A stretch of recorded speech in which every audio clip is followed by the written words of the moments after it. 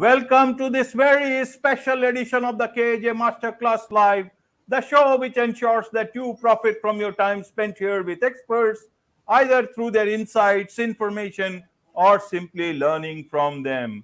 And joining us live from Belgium, today we have Matthieu Mehuys. He is a passionate landscape architect. He's an award-winning author, and he has lived in a farm, and he believes that the landscape architects can indeed change the world. Welcome to the show, Matthieu. Wow, Ajay, thank you very much for the great introduction. I love it. Wonderful, wonderful. Welcome to the show. Welcome to India in this online form. And I'm sure Amazing. not just in India, but a lot of people across the world will benefit from what we'll be talking about. We'll be talking about how you can make, you intend to make it a better world, a greener world, and a healthier place for us all. So, Matthieu, first, I want to understand for the audience directly. You could be earning a lot of money and retired and go back to wherever you want to, but you want to change the world by making it greener. I want to understand why this passion, how this passion came up, to do something such a wonderful thing. Yes, Ajay, thank you for that amazing question. And to answer that, I'll go back to the beginning of my life because it all started for me when I was about 3 years old. And it's actually one of my earliest memories that I have, being very new to this earth. I realized that when I was playing around in my garden, I had like from an early age my own vegetable garden and trying to grow all kinds of things. I just was amazed. It was beyond my imagination. How on earth is it possible that if you put this tiny seed into a earth that is well nurtured, how is it possible that it can grow into a new plant from this tiny seed into sometimes even a massive tree? That for me was at a very early age like mind blowing. I couldn't understand it, and I was so amazed by it. And in fact, that has led me, or that has paved my path in the last several years, or actually in the whole of my life, to understand nature more.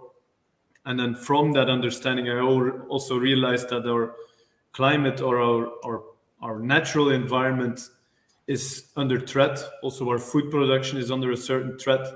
So I want to give all of my energy and my life into actually restoring the health of our planet because, I mean, we don't have to lie. We do have a certain issue. You don't have to be, you can even you don't have to agree that maybe climate change is made by humans. I don't even care. But if you just look around with the extreme weather conditions, I think in India, it's also becoming more and more common. The storms that are everywhere, of wildfires, it's getting a bit out of hand. So I think we as humans have the power to actually reverse that. We are actually the only conscious beings that are living today that know that there is a certain challenge. So it's our pure responsibility to also change the course of where we are heading if we don't act.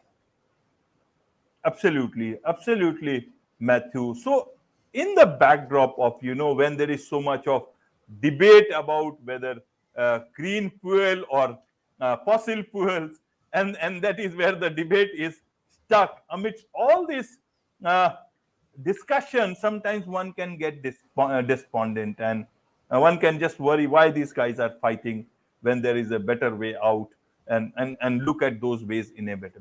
Maybe it's all because of money, all the profit, and all that stuff. Amidst all these things, how do you continue to maintain and motivate yourself, maintain that positive outlook, and change the world? You believe that landscape architects can change the world. What do you mean by landscape architects? How do you intend to change the world through this? I want to understand, so that if there is a step by step method, any way that people can understand it better and implement in their lives. Yeah, so actually, I think there's two parts to answer your question that I want to talk about.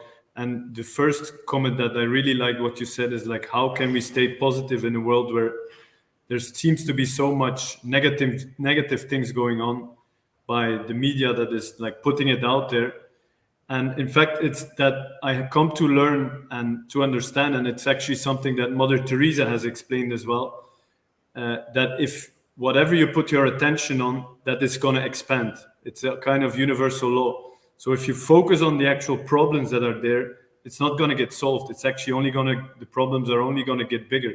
Like she even said as Mother Teresa said, you can never invite me to a strike against war. You can only invite me to a strike for peace. And I think that's a very clear distinction that we have to make today more than ever, is to focus on the solutions. Because other than, okay, what you focus on is what expands, the solutions are all there. Like we just have to look into nature and see how nature works. We can get that inspiration from nature by following the universal laws of nature, which is also my upcoming book. And from that inspiration, we can actually speed up the process of regeneration. So, and then to come back to your second question of how me as a landscape architect can actually impact that, is that I think landscape architects, similar to architects, have an ability to think ahead of time. We can plan things, we can create a vision, we can think of things that we can do in the future. So with that ability, I try to, in each and every project that I do, being a small backyard garden or even bigger landscape parks and farmlands, that, okay, where are we today? What is the vision? How can we actually make a change? How can we make a profitable change as well for each and every property or any piece of land? So yeah, that's what I meant, that landscape architects can have a direct impact in making a plan, a business plan, and a landscape concept plan. That's, for me, that's the most important thing. Like I go and with each and every of my clients, I ask them, okay, what is your personal life? What is your personal preferences? Because for each and every person, there might be something different. But still, we have to base it on all sustainable and ecological principles to ensure sustainable longevity and have projects that are actually going to have a positive impact on the environment.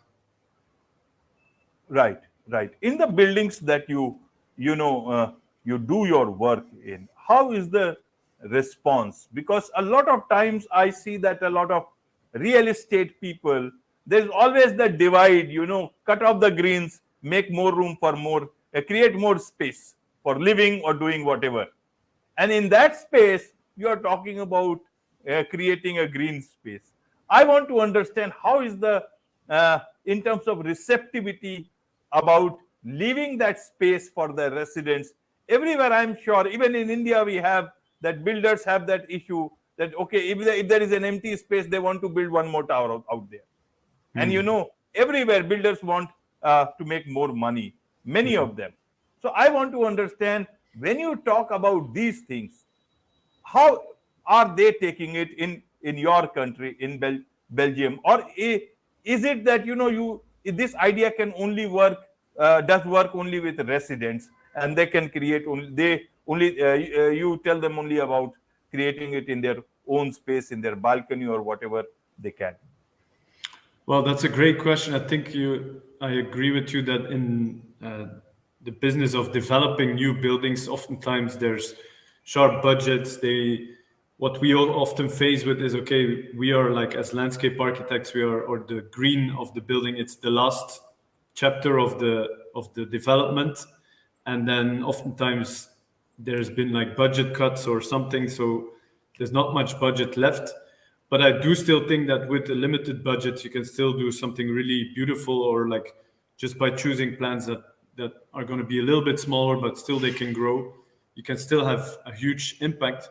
And I always try to, I always explain to my people that are in development or anything, that especially towards the future, where our climate is becoming more and more harsh, the more you can actually add green, either by facade greening or even green roof, green roofs, you're actually gonna reduce the long-term cost of your building. It might be a higher initial investment, but like just in terms of insulation, also in like the quality of people living in that building. You might actually get a higher rent if you have a higher natural garden surrounding your building. You can ask more rent because it's part of a high quality living. So that's where I try to bring in the focus, and it's actually proven that if you have a building and you invest in a proper landscape garden or even a park, if it's a bigger development, it can increase the value of the property by at least 10%. So that's a huge way of creating value and actually showing the developers of the added value that can be created by focusing on greenery, other than the general idea of actually trying to have a positive impact on our world. And then also I see a lot of, like especially in America, I see that there's a lot of buildings that are become empty because of, like, let's say shopping malls getting completely empty, and people are like, what can we do with it? And I think there's so many opportunities to turn these buildings into some green aspect, and yeah, I think from there there's lots and lots of opportunities as well. Right, right, Matthew. In terms of individuals, you aim to empower individuals to transform their gardens into spaces that foster biodiversity, restore ecosystems, and combat climate change. How can an individual contribute in their own space? Help us. What is it that they can do uh, in whatever way they can do? If you can, people keep on listening to other place people on the internet about articles on YouTube. There are so many advice about it, but I want to understand, to get a perspective from Belgium. And because you are a landscape architect, your perspective will have a very different perspective for the general audience, for people like me who will try and understand and grasp any knowledge out of that. So, how can one go about uh, making their life green? You talk about creating the garden of your dreams. So let's go behind this dream a little in our own dream spaces that we live in. Yes, exactly. I love this question. It's so much fun to think about it because I think sometimes we are always limited of like what we can achieve. But I always say to all of my clients that you have to dream as big as you can, because the bigger you dream, the more chance you will make advancements in your personal project. But then if we can tie it back to your audience, and people are like at home, they have a small balcony or a backyard garden, and they say like, I really want to start growing some things, or having plants that look nice. I think the best thing that they can do is to try and research more about what can actually grow. And for a matter of fact, I'm actually teaching that in my masterclass, and the masterclass is how to create the garden of your dreams. And I've been incorporating lots of new innovative technologies, such as the whole AI revolution that is embedded in it. Because now with the AI revolution, I can actually, I've designed a framework that can help people anywhere in the world to start building the garden of their dreams. Because with the AI tool, I can incorporate, and my like proven system, you can use that tool to know exactly what plants can grow in your area. Because this is always the biggest challenge for anybody anywhere in the world to start their own gardening journey. It's like, okay, what plants can I grow? How do I even know what plants I can grow? And many times people just go to like a small nursery or a garden center. They look, wow, there's all these amazing plants, and they just buy the plants that are flowering. They stick them in the ground in their garden. They think like, okay, this is it. Now my Right. garden of my dreams is gonna come alive. A couple of weeks down the line, the plant dies. It's like, okay, you are not informed. You don't know what your soil is. You don't know the condition of if you're like having a lot of sun, shadow, if you're in a tropical environment, or if you're like, this is all like the essential information that people have to understand before they actually start building the garden. You have to like take a few steps back. And then I also teach people to yeah, create a vision, like become clear on your vision. What does the garden of your dream mean? Because for each and every person it's different. It might be that, okay, I want the garden of my dream is a place where I can hang out with my friends and family, or it's a place where I can enjoy growing food. So you have to become clear what is your deepest desire, because I think we as humans, we all have a deep desire to make a connection with nature, and the garden is actually the most accessible way of doing that. And if you don't have access, if you're like in an apartment, or you don't have access to direct green, you can try and get into a community garden, or get together with some neighbors and try and find a piece of land or a little plot and start growing. Right, right, Matthew.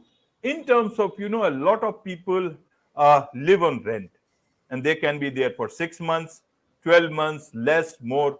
And there is always, if you plant go for bigger stuff, then it is very difficult to carry all those flower pots and all that stuff. So I want to understand what is the best option for them to, to work hard on something and then also be able to take it with you. Again, it is very easy to put it back there, because you put your heart and soul, more about the heart and soul part rather than the effort, and you don't want to just leave it behind. So what is the option for people? Millions of people stay on rent worldwide. Yeah, I think it's a really interesting question that I never thought about, but you're true. Like if you did build something in your and you have to move because of some reason, then yeah, plants don't have legs, sadly. So I think if you really want to do that and you want to stay flexible, you have to focus on like a pottery garden. Try and get like more different size pots. You can actually do a lot of things with that. But then I think it's also a huge opportunity to think differently in a way, and just if there's an opportunity even to talk to your landlord and say like, okay, look, we have this backyard garden, I want to change it. Can we like even split the cost, because it's gonna, and then you get the explain the what I just said, that it might actually, or that it will increase the value of the property by 10%. You can say that to your landlord and say like, okay, can we like, are you willing to chip in? Are you willing to help me out here? Uh, and then you can do it yourself. I think that is the best way of doing it, because it doesn't really make sense to plant the whole garden and then dig out all the plants once you leave. Yeah, I think it's technically not the best approach, but you can look at it at that way. Like it's like, how amazing is it that you can have an idea of leaving this earth better than you found it? Like you come to this earth as a child, and how cool is it if that once you end your life, or that you are at the end of your life, that you can leave it better than you found it. So you go on from the one property to the next, you build a garden, and then you actually have a positive impact on our planet. That's a kind of legacy that you can leave behind. Absolutely. That's the kind of legacy you can leave behind. And that is where my next question is about the mindset. What would you like to tell people about the mindset looking at, planting trees, creating a garden, looking at our mindset has almost become much more consumerist, that we think, okay, we can get fruits from the market, we can order fruits, but nobody has the patience or to understand that this has been planted by someone else, and that's why the fruit has come to me. We need to also plant it or do something good, the fruits of which can be eaten by, and that's the way, this uh, whole earth moves on from this way. How do you want to convey this part in terms of, people want to, immediately works for something and get the result immediately. That's why, and that mindset somehow becomes a part of the way we are. What would you like to tell people in terms of, looking at things from, passing on from you to another? Because we are eating the fruits of someone's labor, we have to create fruits for someone else. Yes, no, I think the how I gonna answer that question is actually what you state as being a problem for many people. Like that you cannot get a garden immediately, that is actually the solution and also the great advantage. Because, like you said, we can get anything, we can order it online, next day it's going to be there. Everything is so readily, fast available. And that's good in a way, but where's the joy of actually seeing things growing? Where is the joy of starting something small, giving it time, nurturing it, just like growing a child? So I think gardening is a great opportunity to become also very mindful about how things grow, how plants change, to appreciate nature, and to make a connection with nature. Yeah, I think that is how I actually want to answer that question. Absolutely, Do you agree absolutely. with that, or how do you see that? Absolutely, absolutely. I fully agree with that. It all little bit of understanding of the basics of how things work according to nature, the way everything has been devised, can bring us back to the basics of understanding everything. And that is Yeah. what is required in terms of mindset. And you put it perfectly all right. So I want to understand about the book that is coming out, or you are writing on about. So tell us about the book so that people know about it and can benefit from it. So what is this book about? Who is this book for? Tell us about that. Yeah, so the book is called 12 Universal Laws of Nature: How to Use Your Land to Its Full Potential. And this book is actually an inspirational book, and also it gives you clear steps on how to start on any project. And like it gives people the knowledge of how to start any project of any scale. But what is most interestingly is that I believe that where we can make the most impact is obviously on big scale projects as well. So it's also an inspiration for people, landowners, farmers that have a lot of land and are like, okay, I know I'm growing food, I do some potential of with my land, but let's take it to the next step and get the highest potential out of it as well. And how you can actually do that is that if you understand the 12 universal laws of nature, I mean, this is not something that I invented, they are kind of universal, that the more you understand how nature works, because nature has developed over millions and millions of years and it functions in a specific way. Now, if you understand that, you can actually start working with nature. You're kind of moving with the same pace and the same rhythm as nature goes. And this is going to bring you so much advantages also for the profitability of your farm or your project. So from there, I take it into, from the 12 universal laws, I give people like exact steps on how to then build the, or how to get the most potential out of their land. And what's the name of the book and where is it available, or is it yet to come out? It's yet to come out, and we can put people can already pre-order it, and if they pre-order, they will get a signed copy. And I can give you the book, the book website link, and Right. yeah, it's gonna come out this year. We're actually finalizing it this week. The complete written part. I'm putting everything together. I have a very dedicated team as well that is supporting me there, and I cross my fingers. But this year, it's definitely gonna come out. Absolutely, absolutely. So, for those people who would want to learn more from you, more about you, what's the best way for them to connect with you?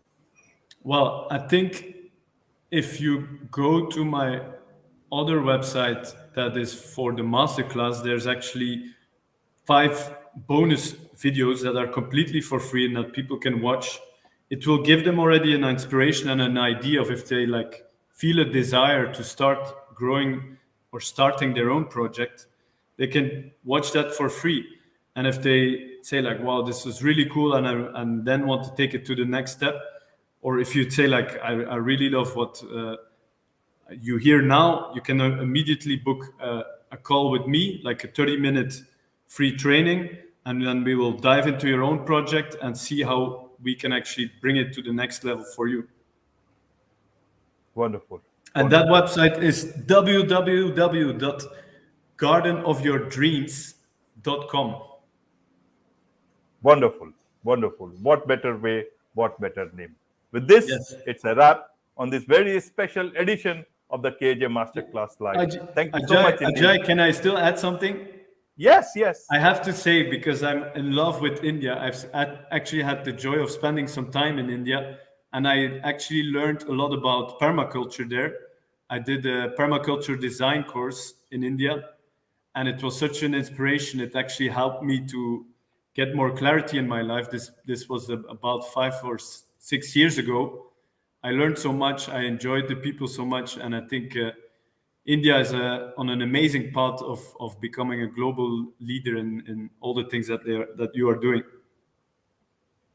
Absolutely, absolutely. And India, as you know, our ancestors, our saints, a lot of people in the olden days, they used this whole term. Even when the world was not clear, they used the term called Vasudev Kutumbakam.